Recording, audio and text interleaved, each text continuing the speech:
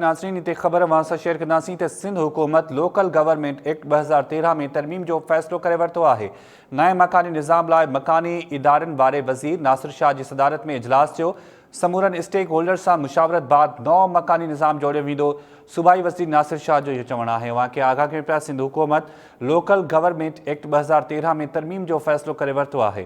इन हवाले सां अव्हां खे आगाह कयो पियासीं नए मकानी निज़ाम लाइ मकानी इदारे वारे वज़ीर नासिर शाह जी सदारत में इजलास थियो आहे। अपडेट्स मालूम कंदासीं शाहिद मिरानी खां।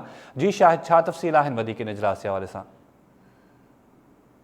लोकल गवर्नमेंट एक्ट 2013 में तरमीम करण जो फ़ैसिलो कयो वियो आहे। इन हवाले सां मकानी इदारनि वारे खाते जे सूबाई वज़ीर नासिर शाह जी सदारत हेठि नए बल्दियाती निज़ाम जी जोड़ जक जे हवाले सां हिकु अहम इजलास थियो आहे। उन इजलास में जेके सेक्रेटरी लोकल गवर्नमेंट आहे नजम शाह ऐं कानूनी माहिरनि समेत लोकल गवर्नमेंट डिपार्टमेंट सां तालुक़ु रखंदड़ जेके ऑफिसर आहिनि उन्हनि पारां बि उन इजलास में शिरकत कई वई आहे। इजलास में ॻाल्हाईंदे नासिर शाह जो चवणो त समूरा जेके स्टेक होल्डर आहिनि उन्हनि जी मुशावरत खां पोइ नओं बल्दियाती निज़ाम जेको आहे उहो जोड़ियो वेंदो। इन हवाले सां हुकूमत पारां जेको आहे सिंध जा जेके टाउन्स आहिनि उन्हनि जी सतह ते बल्दियाती निज़ाम लागू करण ते गौर शुरू कयो आहे। इन हवाले सां मकानी इदारनि वारे खाते जे ज़रियनि जो असांखे इहो चवणु आहे त उन इजलास में इहे तजवीज़ूं ॾिनियूं वयूं त साल 2013 वारो जेको लोकल गवर्नमेंट एक्ट आहे उन में तरमीम कई वेंदी। इन तरमीम खां पोइ जेको आहे ज़रियनि जो चवणु आहे त इहे सिंध हुकूमत मकानी इदारनि वारे खाते जी अख़्तियारनि पारां इहे